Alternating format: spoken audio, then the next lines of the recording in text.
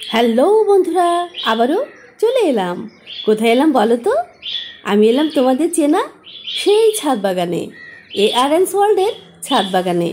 একটা update video নিয়ে এলাম বন্ধুরা। কতটুকু গোছাতে পেরেছি আমার ছাদ বাগানটি। তবে এই গোছানো অনেক দিনের জন্য নয়, সেটা আমি প্রায় তোমাদের বলে থাকি। যেহেতু আমার ছাদ বাগানে একটা পরিবর্তনের কাজ চলছে, সেই কাজগুলো করতে গিয়ে বন্ধুরা আমার ছাদ বাগানের গাছগুলো এদিক সেদিক করতে হচ্ছে। চলো দেখি, কথা না বাড়িয়ে কতটুকু কি করলাম। এই যে দেখো, মোটামুটিভাবে গাছগুলোকে সুবিন্যস্তভাবে রাখা হয়েছে। তবে এগুলো কোনোটাই পার্মানেন্টভাবে নয়। এই দিকটা হচ্ছে আমার ছাদ বাগানের কিচেনের দিকটা, অর্থাৎ পূর্ব পাশ। তবে ওই যে বলেছিলাম তোমাদের, খুব বেশি আমার কিচেনের কাছে গিয়ে আর ভিডিওটা করা হবে না, যেহেতু থাই গ্লাসটা আমি লাগিয়ে ফেলেছি। যেহেতু নিজেকে দেখাই না, সেজন্য খানিকটা দূর থেকেই এই পোর্শনটা নিতে হবে।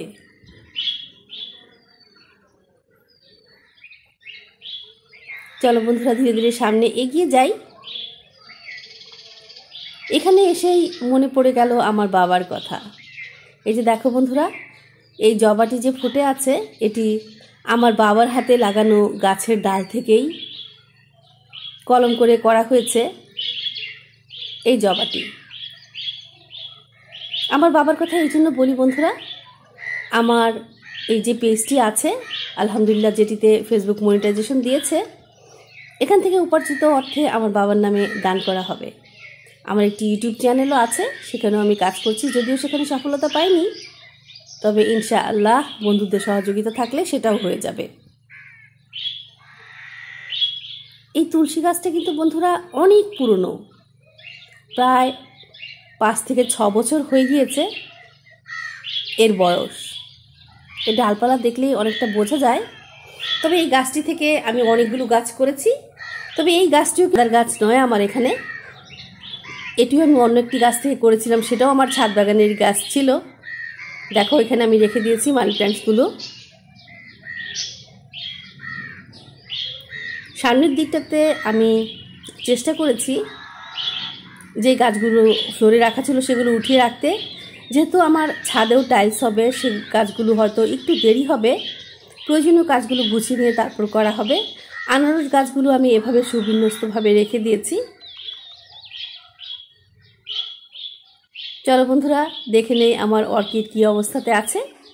আমি তোমাদের বলেছিলাম সবসময় ভিডিওতে আমি অর্কিডের আপডেট দিয়ে যাব, সেই সাথে আমার আনারসটা কত বড় হলো সেটাও আমি দেখাবো।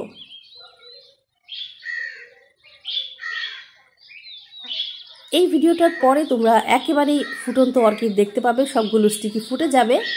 হয়তো পরের ভিডিওতেই তোমরা দেখতে পাবে।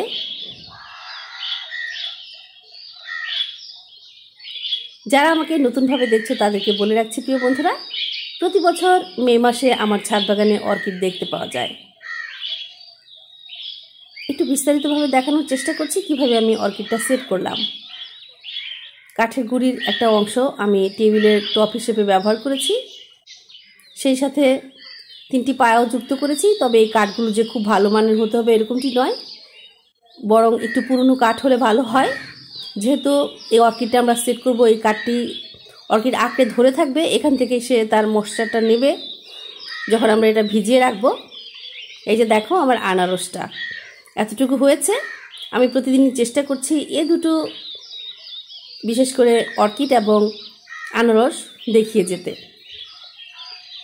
এই জায়গাটা গোছানো হয়নি, একটা প্ল্যানিংও আছে, সেটা ধীরে ধীরে আমি তোমাদের বলবো এই জায়গাটা আমি আসলে কি করতে চাই। এখানেও আমি বাকি আনারসগুলো গাছগুলো রেখে দিয়েছি। অনেকগুলো গাছে ফুল আসবে, আমি প্রায় বলে আসছি, সেটার লক্ষণটা দেখা যাচ্ছে।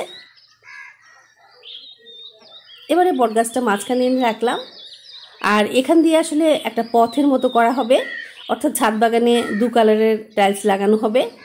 যেটা হয়তো হাঁটার জন্য তৈরি করব আমরা, সেটা ভিন্ন একটা কালার হবে। যেখানে গাছ রাখবো সেটা ভিন্ন একটা কালার হবে। তবে বন্ধুরা, তোমরা তোমাদের পরামর্শ দিতে পারো আমাকে কিভাবে আমার ছাদ বাগানটা গোছালে ভালো লাগবে। তবে এই টেবিলগুলোতে যে গাছগুলো রাখা হয়েছে বন্ধুরা, এগুলো কোনোটাই পার্মানেন্ট নয়, আবারও গোছগাছ করতে হবে। যে দেখো, একটা জায়গাতে অনেকগুলো গাছ, অনেকটা জুম চাষিদের মতো আসলে গাছগুলো সংরক্ষণ করার জন্য এইভাবে রাখা হয়েছে।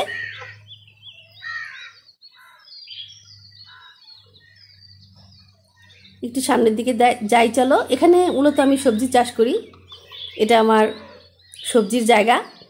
ওই যে তোমাদের বলেছিলাম না এক একটা জোন আলাদা করা হবে আমার ছাদ বাগানে, সেগুলো একটু একটু করে গুছিয়ে নেবার চেষ্টা করছি। তবে এখনও সবজি রোপণ করা হয়নি, আমি বড় একটা বৃষ্টির অপেক্ষায় আছি। এখানে প্রচুর পরিমাণে ঘাস আছে, সেগুলো পরিষ্কার করবো সেই জন্যে।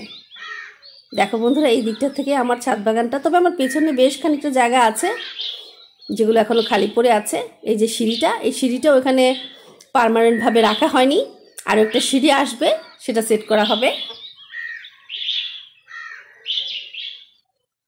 শুধু মাঝের এই জায়গাটুকু নিয়ে একটা পরিকল্পনা করছি বলেই রেখে দিয়েছি। এই যে দেখো, গাড়ির টায়ারটা, এটা দিয়েও একটা কাজ করা হবে। মাথায় একটা প্ল্যান ঘুরছে। চলে এলাম আমার পূর্ব পাশের দিকটাতে। চলো এখান থেকে একটু ছাদ বাগানটা দেখাই তোমাদের, এই ভিউটা কেমন লাগে। আজকের ভিডিওটা আর বেশি বড় করব না বন্ধুরা। যেখান থেকে এই ভিডিওটা দেখলে ভালো লাগলে আমার ভিডিওটা দিকে দিকে ছড়িয়ে দিও, আরও বেশি ভালো লাগলে আমাকে বন্ধু করে নিও।